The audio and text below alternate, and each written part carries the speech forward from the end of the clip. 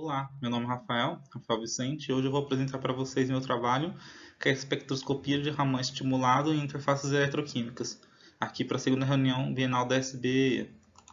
Bom, então, introduzindo o assunto, do que se trata esse trabalho? Ele se trata da combinação da espectroscopia de femtosegundos, ou espectroscopia ultra-rápida, com medidas convencionais de eletroquímica. Mas por que essa espectroscopia é útil para estudar a interface eletroquímica? Bom, primeiro, sendo mais especificamente, a espectroscopia ultra-rápida que usamos é a espectroscopia de efeito carótico, ou espectroscopia Ock. Esse diagrama retrata como ela funciona. Em A temos um líquido, cujas partículas estão randomicamente distribuídas, e nessa espectroscopia vamos usar dois feixes, dois lasers. O primeiro, o feixe de bombeio, vai induzir um campo elétrico que vai induzir uma orientação na direção desse campo elétrico na nossa amostra. Então, o segundo laser é emitido após algum tempo, após o pulso do primeiro laser, geralmente na ordem de picossegundos ou femtosegundos, vai medir a reorientação dessas partículas com o tempo, certo? E por que isso é útil, então, para medir para estudar a interface eletroquímica? Bom, a gente realizando esses dois experimentos concomitantemente, a gente consegue estudar a dinâmica do eletrólito e da água, ou seja, a dinâmica coletiva da solução nessa interface entre o eletrodo e o eletrólito. Bom, e qual foi a metodologia usada nesse trabalho? Bom, nesse trabalho usamos uma célula espectroeletroquímica, que é representada nessa figura, que nada mais é que uma célula eletroquímica convencional, com contra-eletrodo, eletrodo de trabalho, eletrodo de referência, mas construído de uma forma com uma janela que nos permite realizar concomitantemente com o experimento de eletroquímica a incidência de lasers que permite coletar os dados da espectroscopia de femtosegundos. Isso fica sob um estágio que nos permite controlar a posição da célula nos eixos X e Y.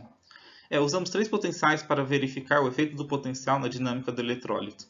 Usamos potenciais de menos 0,1, mais 0,1 e mais 0,5 volts, potenciais bem diferentes representados nesse diagrama, ou melhor, um voltammograma, que é um diagrama de corrente versus potencial para um eletrodo de platina, que foi o que a gente usou, e no eletrólito de ácido perclórico, que foi usado nesse trabalho.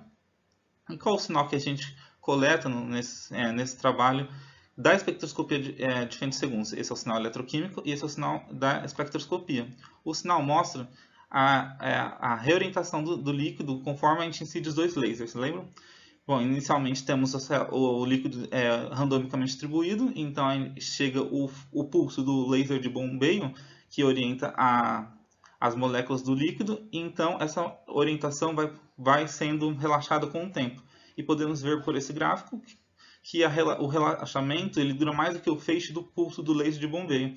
Dessa forma podemos ver, medir quanto tempo demora para o líquido se reorientar.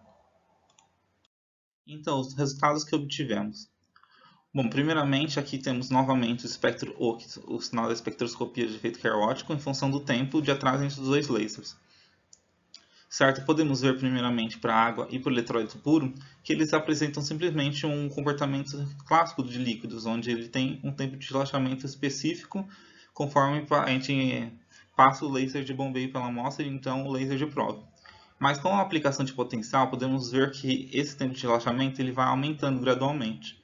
No entanto, o sinal da espectroscopia Ock por si só não dá um resultado muito claro desse efeito. Então, usamos o espectro de Raman estimulado em baixas frequências, ou melhor, as densidades espectrais de Raman estimulado, para medir esse efeito. E vemos que conforme a gente aumenta em módulo o potencial aplicado, do negativo mais para o positivo, essas densidades vão passando para frequências menores. Isso indica uma estrutura mais ordenada no nosso eletrólito na interface do eletrodo. Bom, e que conclusões tomamos desses resultados? Primeiramente, realizamos uma medida de prova de princípio do efeito do potencial aplicado na dinâmica da água. Embora esse resultado seja esperado, já que sabemos que um campo elétrico devido ao potencial aplicado no eletrodo deve tornar mais lenta a dinâmica do eletrodo de reorientação, mostramos isso experimentalmente. Mais importante, mostramos a viabilidade da combinação da espectroscopia ultra-rápida in situ com medidas de eletroquímica. Isso permite futuramente, que se trata das nossas perspectivas, realizar experimentos mais inovadores que contribuirão mais para a área para entender a interface eletroquímica, como medidas com monocristais e combinações com simulações atomísticas.